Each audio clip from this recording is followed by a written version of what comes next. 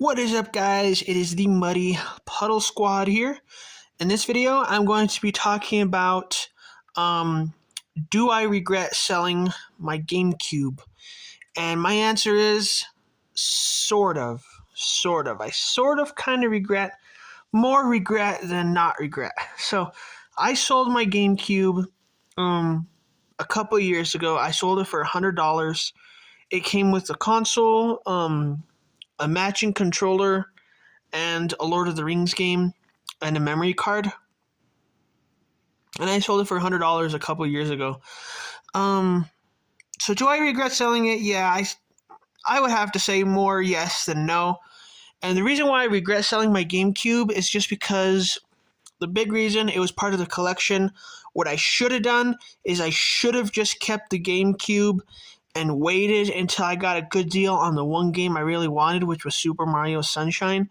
It's just the only problem is that Super Mario Sunshine is so expensive now. I mean, like, I understand if games are like $60 whenever they first come out, but I mean, if this game has been out for years and it is still going for like $50, $60 even more, that's just ridiculous. I think if you're going to buy unless you're a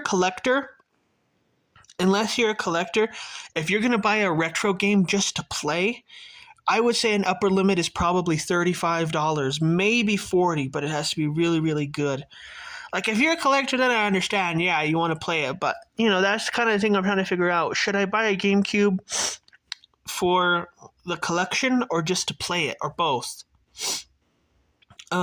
What I want to do is, if I'm going to get a GameCube in 2023, I'm going to try to get a GameCube, a controller, everything that goes with it, plus Super Mario Sunshine for $100 or less.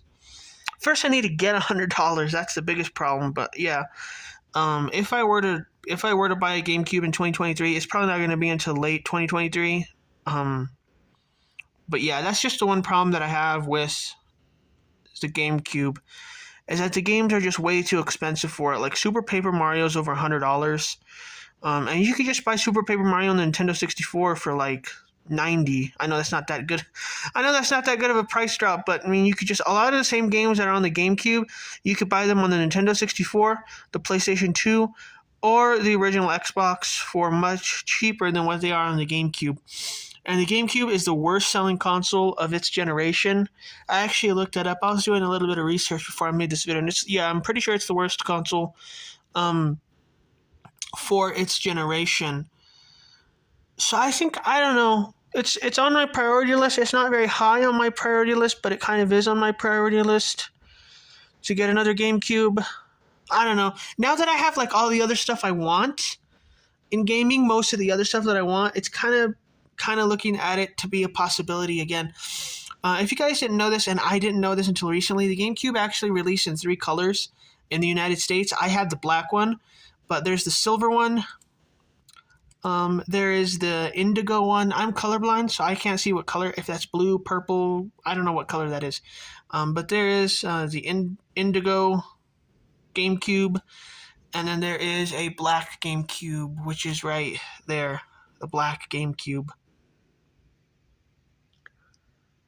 So that looks kind of cool. Yeah,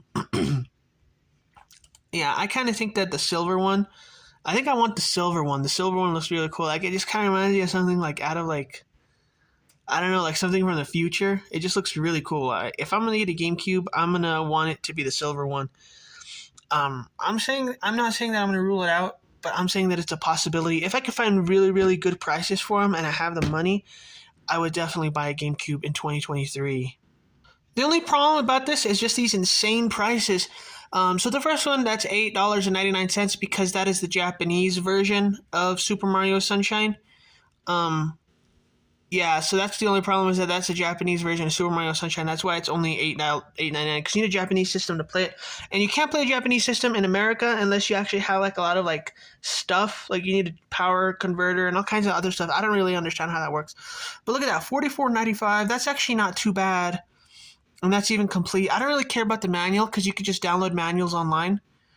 Oh wow, game disc only, $34.95. Okay, this is not as bad as I thought it would be. Maybe the prices have actually come down. Yeah, I did not expect that. I should have looked into this before I made this video, but at the time when I was looking to buy Super Mario Sunshine, it was very expensive. Oh wow, $140 for all of this. That's way too much. I'm sorry. Wow, so 32. I'm gonna probably pay about $40 for it. If I could somehow maybe talk to somebody into selling it to me for cheaper. Oh wow, this is disc. Oh, not working. Are you serious? I'm not gonna buy a not working disc. It's not gonna work. But anyway, yeah, some of these prices are they're a bit too much for what I want to spend. If I can find a really good deal, then yeah. But maybe, I don't know. We'll see what happens. My game store always has GameCubes there, like always. So I should just ask them. The same game store that I actually bought my GameCube for, I think I bought it for $60, which is like a really good deal. If I could find a GameCube for $60, if I could find a GameCube for $60, I might actually buy it. But I want a GameCube and Super Mario Sunshine for under $100. If I could find it, then yeah. Plus, like I mentioned before, I first need to get $100 first. So, yeah. We'll see what happens. But again, do I regret selling my GameCube? For the most part, yes. I do regret selling my GameCube. Anyway, thank you guys for checking out this video. I hope you enjoyed it. And I hope to see all of you guys in my next video. And we will see you all later. Bye.